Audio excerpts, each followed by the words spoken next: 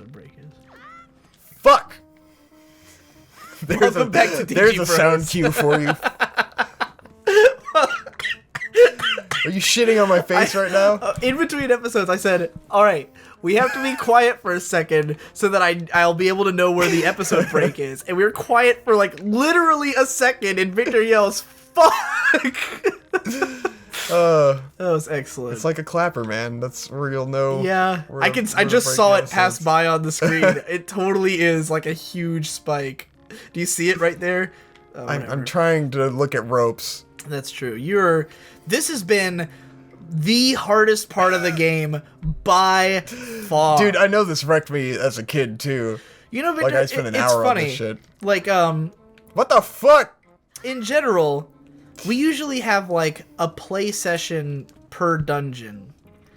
You've cleared 2 dungeons. That's the thing with like this game. It's really short. Like, well, I mean, that's my only problem with the game is that it feels too fast. That is an argument that someone posited in the comments. Yeah, I saw that too. I completely disagree. But I also agree with Matthew Matosis's big criticism of this game, which is that the story tells you to go to the next place immediately, and nothing stops you.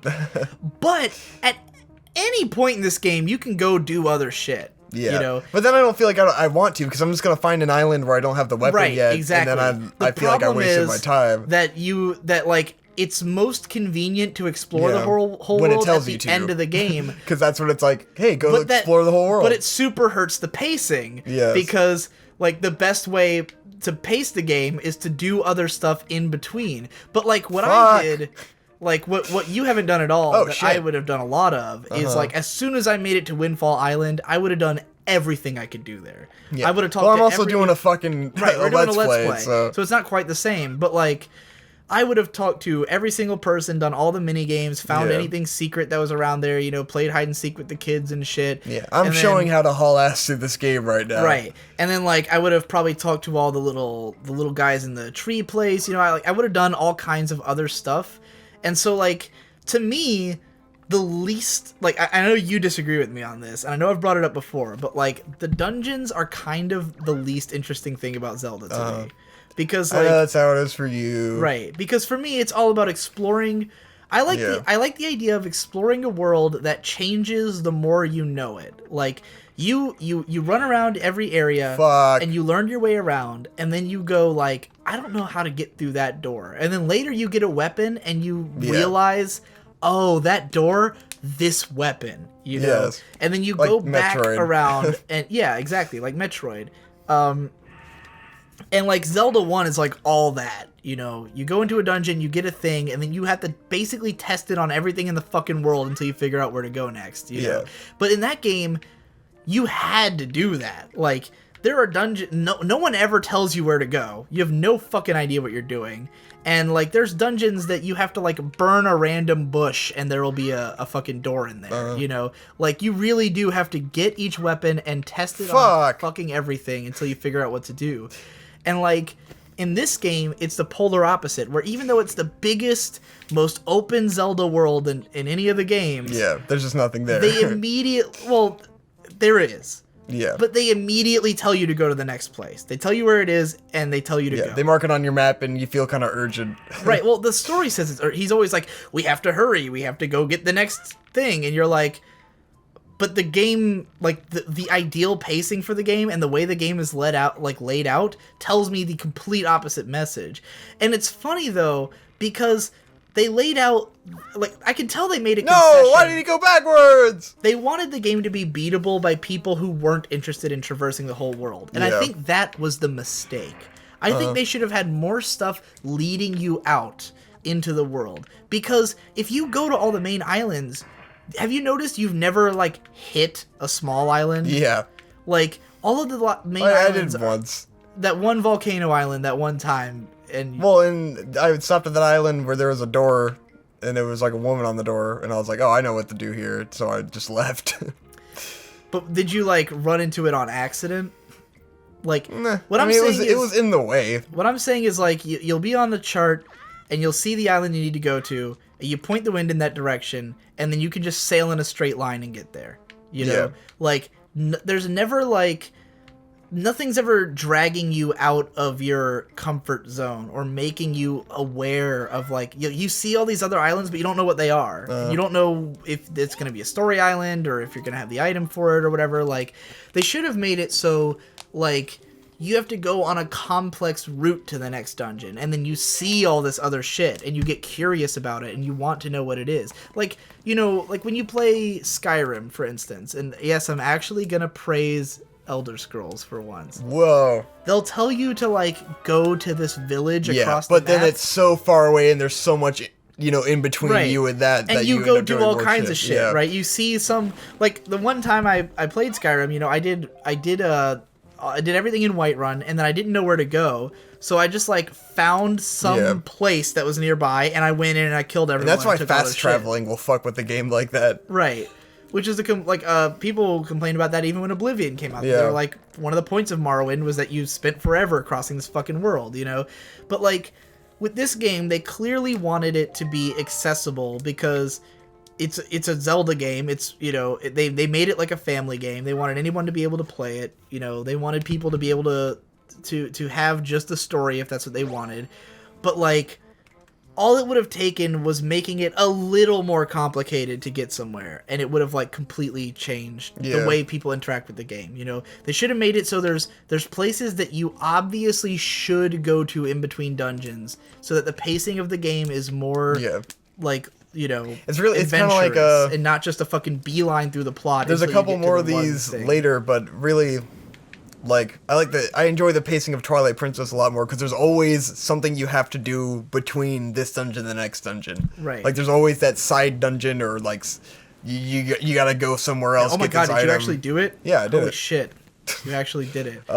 Which is kind of what this was. This was an in-between dungeons thing. But there was nothing between the first two. I literally beat Dragon Roost, made a went directly there to the forest and it was kind of like, now I beat it. 2 dungeons immediately. That wasn't, you know, exciting. In the span of, like, half a playthrough, you know, that we've done that. Like, then you go to another island and find out it's destroyed, and it's like, oh, great. So, yeah, I think because someone in the comments said something similar where they were like, there was a couple of people saying this was like their least favorite 3D Zelda, and they cited like that there's not enough dungeons and stuff like that. And I understand that perspective if you just play this like streamlined, like we're going to be doing in this playthrough. You know, it's not. That's not the appeal of the game. The appeal of the game is big, open, huge world that you can sail through and find interesting, unique shit. You know, there's not enough interesting, unique shit. There's a part like this, but where, there is like, cool shit. It's sending me way the fuck across the map right now to do this shit. But then it's like, you also feel like you need to get there urgently, and it's all stormy and shit, and you don't want to stop. So it's like, why are you sending me all across the map? They pace when there's the game, no point to. They pace when I the don't want to narrative stop. at ends with the thing. It's weird.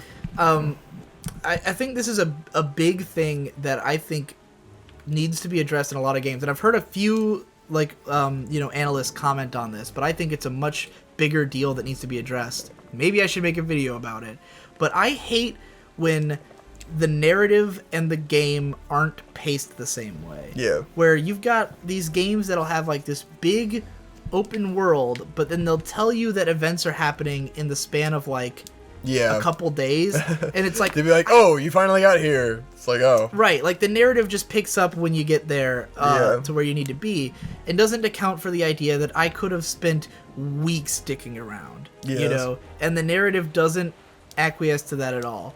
And like, I don't think that's something, like, it's weird that this game has that problem, because I don't really think that Zelda games often do or did. I could see arguing that Navi constantly eggs you on where to go in Ocarina of Time, but it never felt that urgent. You know, like, you know... He's kind of reminding you that you need to go do a thing, you know? Right, like, because it kind of has two halves of the game. There's the part where you know that there's 3 things you have to collect, and you just have a vague idea that you have to go do that, and then eventually you do. And then you get to the second half, and it's like, alright, I know there's like 7 temples, but I'm gonna, you know... Like, they never tell you, except for when Navi bugs you, and you don't even have to listen to her. You don't have to click on the Navi button, you know. But, like, I never felt like I was being pressured to rush through. Yeah. Whereas with this game, it feels much more strongly like you finish an island and then King of Red Lions is like, we got to get there. You know, we got to hurry up and do this. And it's completely at ends with the central conceit of the game.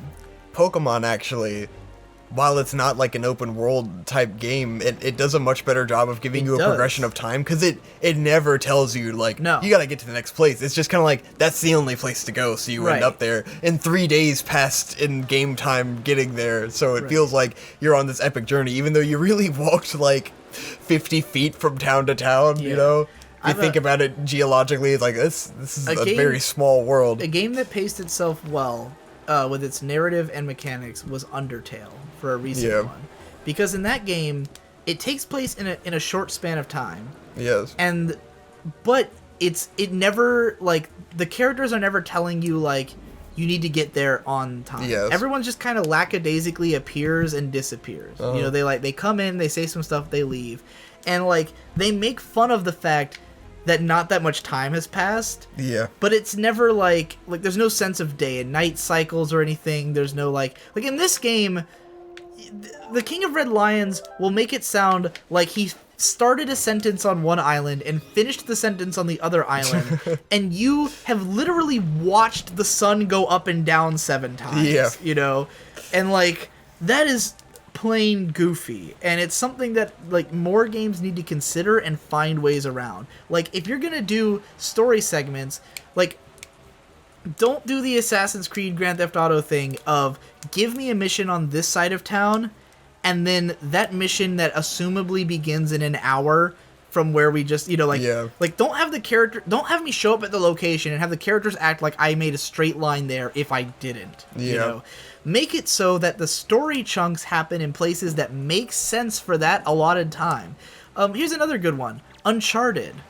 Because in the Uncharted games, you'll have a whole, like, episode of story. Yeah. And then you'll go and fuck around for a long time, and it makes complete sense for you to have fucked around that whole time. Like, you get separated from all the relevant characters, you don't know where anyone is, you don't know where you need to go, and then you get there, and then the story continues, you know?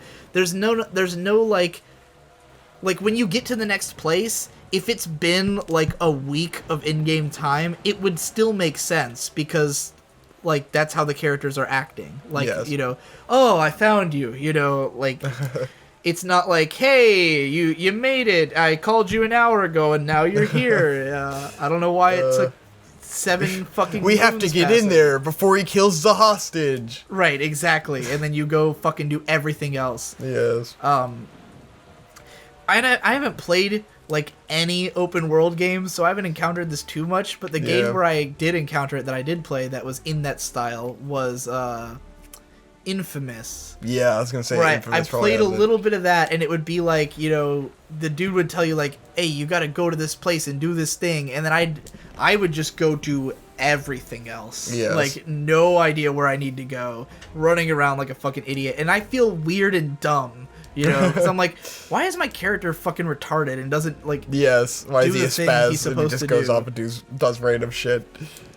But yeah, this is exactly what I'm talking about. You've made a complete beeline and nothing else has been in the way. Yeah. There hasn't even been a sign of another island. There's been a shark coming after me. I've seen, you know, some of the distance. You see, like, a shadow somewhere. Yeah. You don't see anything that's, like, intriguing or makes you go, like, oh, what's that? You know? Like... And then, like, and I know they did it on purpose, because when you get to the point where you have to get the boots, like the fire, and you go to the fire and the ice island, it totally does lead you on a path where you see them and you know that they're there, you know, like, those are like the only islands that it like deliberately leads you past throughout the game, so that you know that they're going to be relevant later. Matthew Matosis went on about this, so go watch his video on this game. It's pretty good. I'm at the island. On the original Wind Waker. He did another one on Wind Waker HD that I don't agree with. His complaints about the way they updated the graphics, I completely didn't feel the same at all. I think this game looks fucking incredible. Yeah. I've been talking about that for a while, and it started to burn out my brain. I got really bored traveling between those islands. Really bad. Oh. So as soon as we're done with this episode, I'm gonna go poop. Conrad has to poop. I think you gotta go blow up a whale now. Yeah, I gotta go around the back. I don't blow up the fucking whale. I blow up the wall to get into the little cove. Whatever, dude. I know there's a get on my whirlpool. boat. Does he not want me on the boat? I guess I can't get on my fucking boat, huh?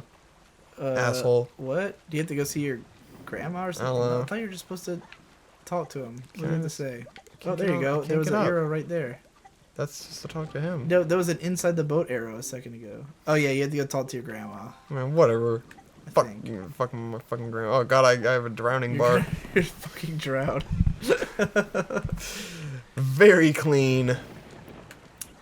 So yeah. Yeah. Again, this is taking Wow. me right back to that video that I made about this game, where like there's so many things that keep it from being perfect, but it's still really great.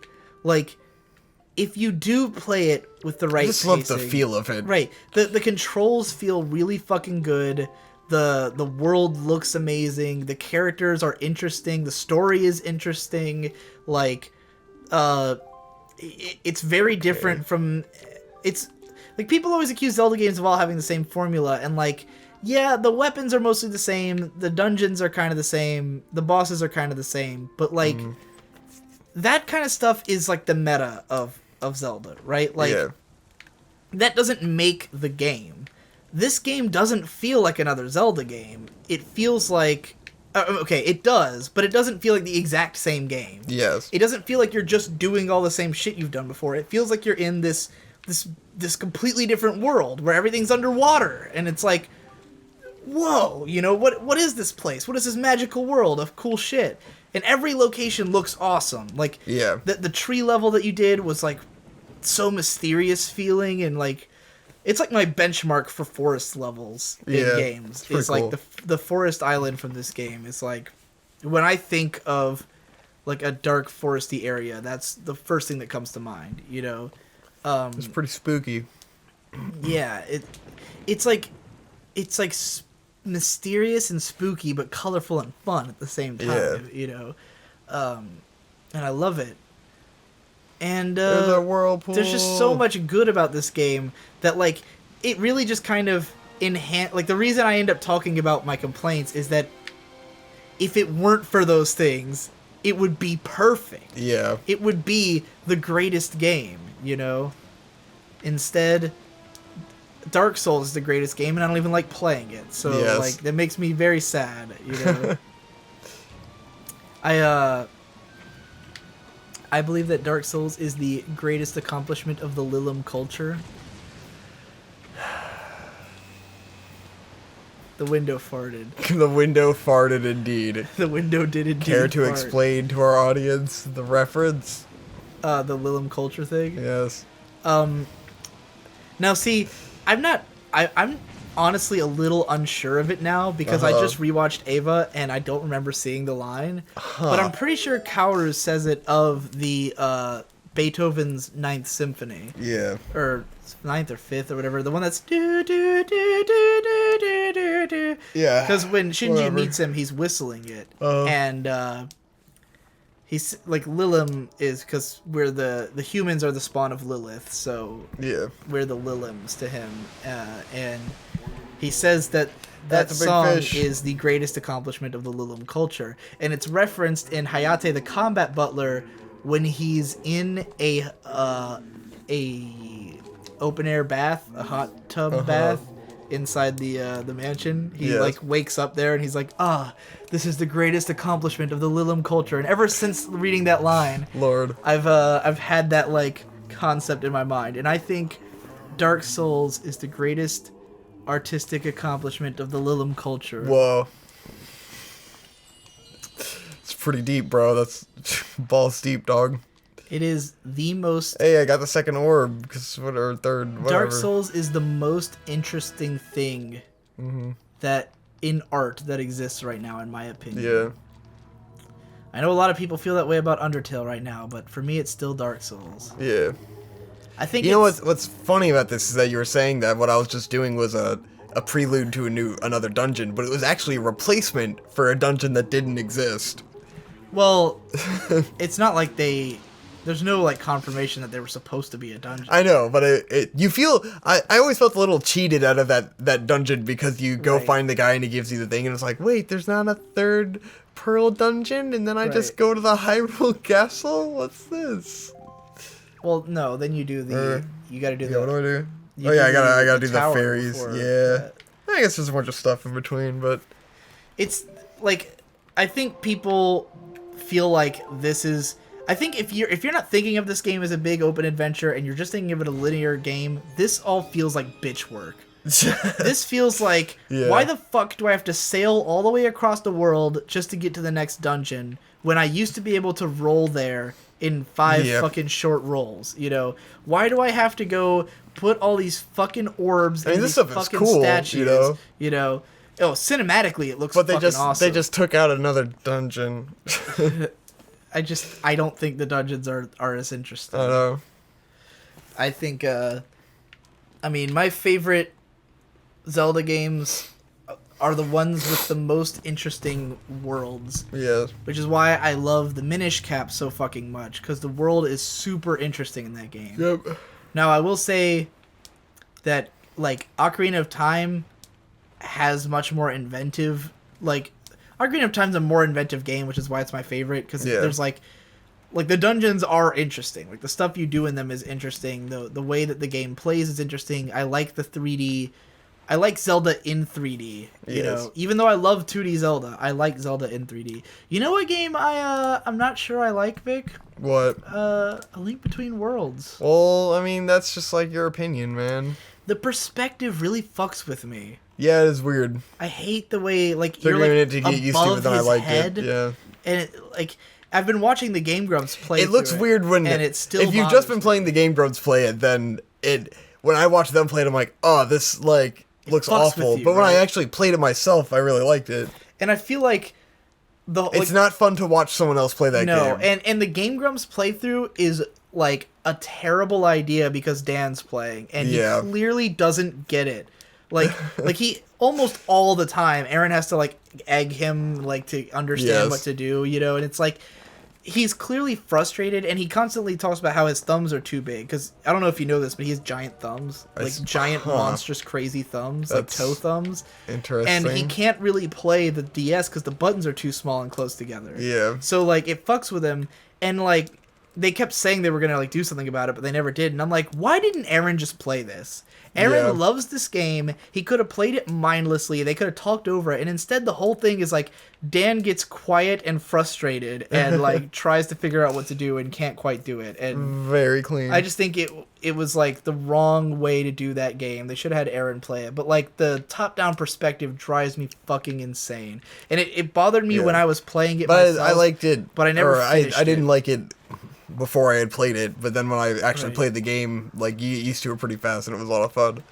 We'll see. I'll eventually finally play through it. I basically just, like, got to Dark World, and that was it. So I haven't even played half the game. I see. And I find the death system stupid and frustrating. See, I didn't really die at all, so I just think it's never a problem for me. It's such a stupid rent the damn shits, and then you gotta go fucking get... it's dumb. Anyway... Next time on Digi Bros, I will have taken a shit. Woo!